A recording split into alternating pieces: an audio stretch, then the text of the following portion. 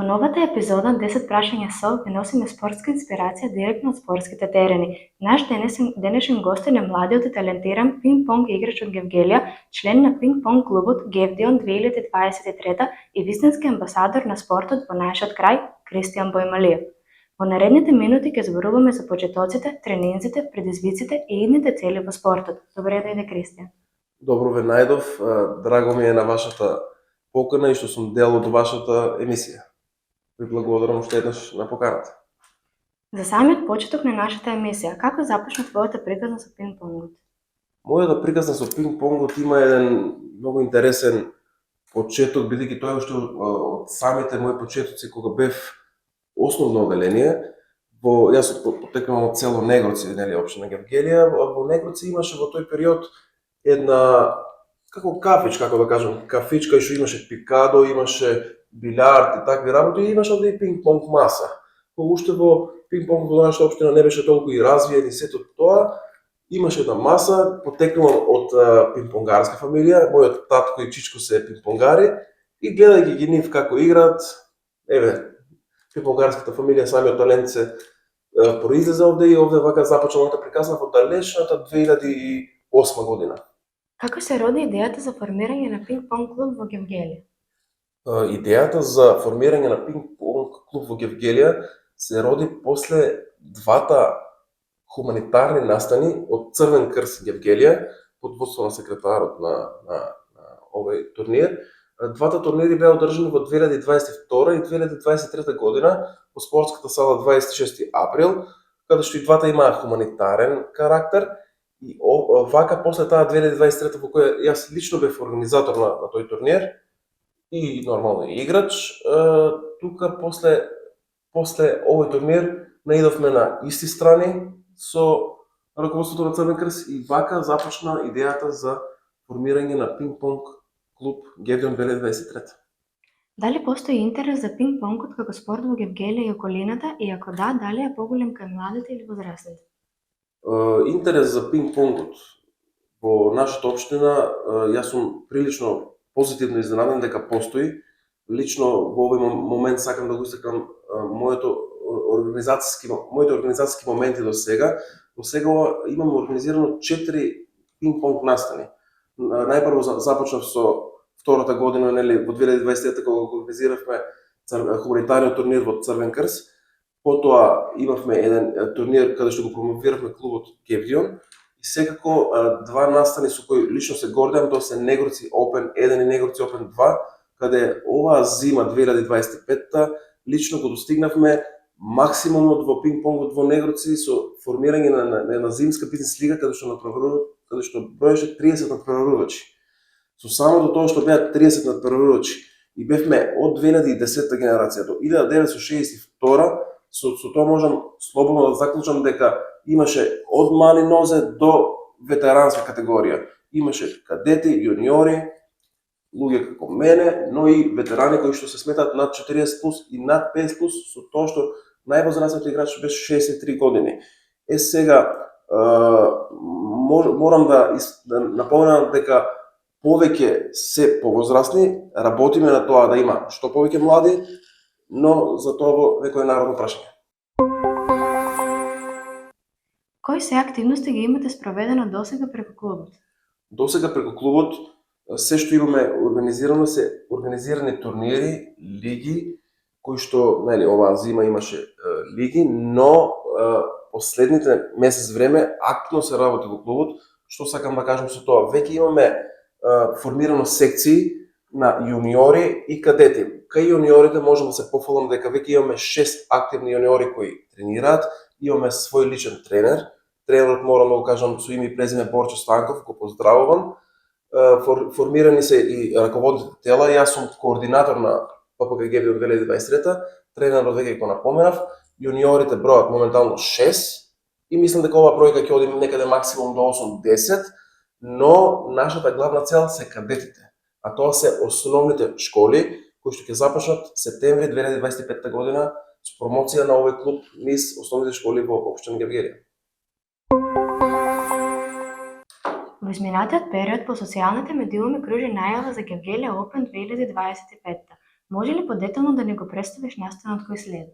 Па мислам дека ова петто прашање кој наред ми е најомилено, бидејќи самото тоа дека се гледам како организатор во нештата ми буди најголема сатисфакција. Ова ќе биде, па ево и петто прашање, ова ќе биде и мој петти организиран настан во последните 2 години, кој што сум лично горд, бидејќи Гевгелија Open, да, кружени социјалните мрежи, Гевгелија Open ќе биде нешто многу големо. Што сакам да кажам, до сега сите турнири што ги организиравме беа на 2 маси. Со 2 маси таа е публиката што може да ја привлечеш, тие се играчите. Гевгелија Open ќе биде на 6 маси. Ќе биде настан полн со енергија, полн со млади. Веќе имаме најави на гости, односно не на гости, на надпреварувачи од Бугарија, соседна Бугарија, Грција, Србија, Турција. Се надеваме дека ќе привлечеме и други држави, но за почеток тоа ќе биде мини балканско надпреварување. Друго на оваа тема Гевгелија Open можам да напоменам дека ќе бидат вклучени и други сектори, бидејќи има и самиот турнир и хуманитарен карактер. Овде ќе биде и Црвен крст и вие ќе бидете овде колку што договоривме, бидејќи самиот турнир е идејата започна од хуманитарен карактер и сега турнирот ќе продолжи и како хуманитарен карактер, бидејќи да, влезот за публиката ќе биде бесплатен, но секој граѓанин на општина Гевгелија може слободно да донира преку Црвен крст.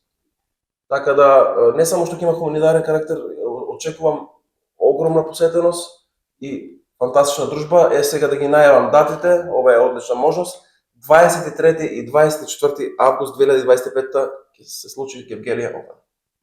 Дали ти се подготвуваш за овој настан и што очекуваш? Секако дека за настанот се подготвувам. Ќе треба голема организација. Планирам да се вклучат, значи самото тоа што има 6 маси, ќе има 6 судии, ќе треба да имаме повеќе раководни лица во самиот настан, но спремни сме, нема назад. Гевгелија Open ќе се случи и тоа набрзо ќе го види целата гевгелиска јавност и цела општина Гевгелија и пошироко. Очекувам, да бидам, јас оптимистички секогаш гледам на работите, очекувам голем масовен број на надпреварувачи, како во јуниори, така и во ветерани,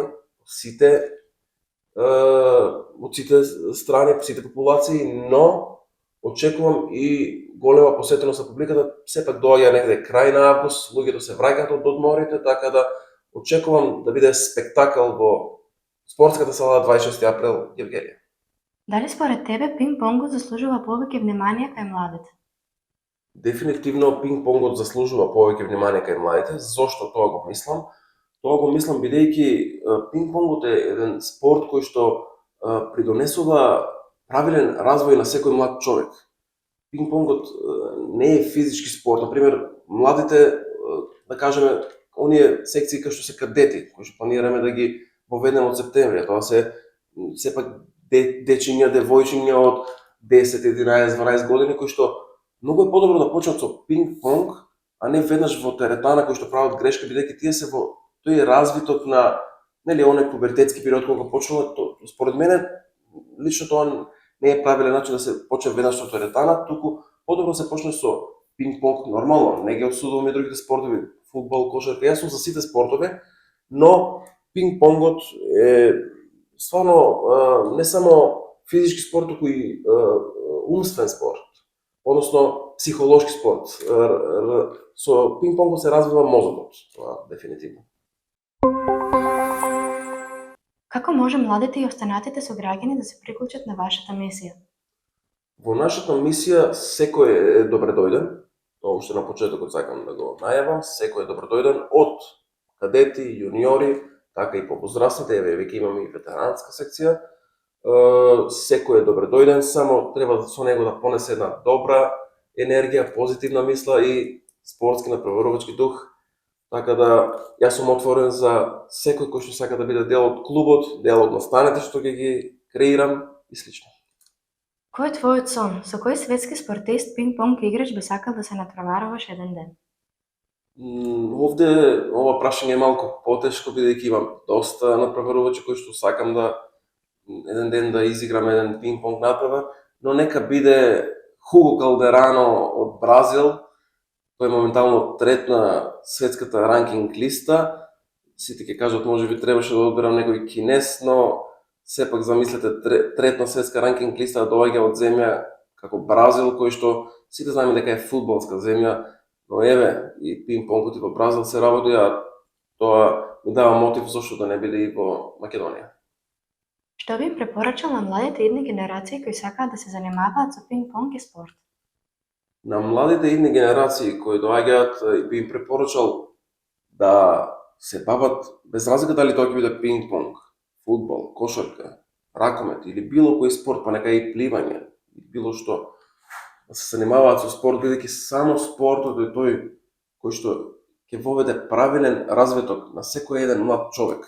Да се тргнеме, доста беше тоа. Јас сум потекнал од генерација која што немаше толку пристап до социјални мрежи, во тоа време немавме телефони, односно и да имавме телефони, немаше интернет секаде, така да се дружевме, игравме спортови.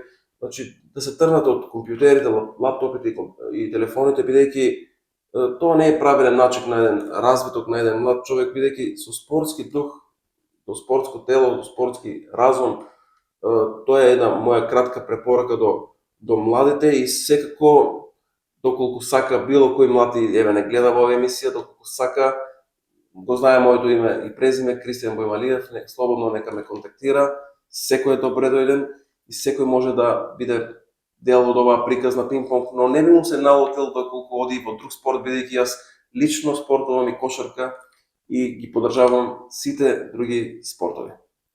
Те благодарам за одвоеното време и искрените одговори.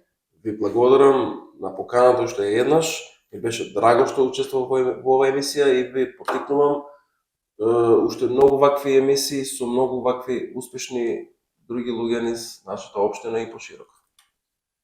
Драги гледачи, ова беше уште една наша инспиративна приказна за вас. Со нови содржини очекувајте на наскоро. Се гледаме.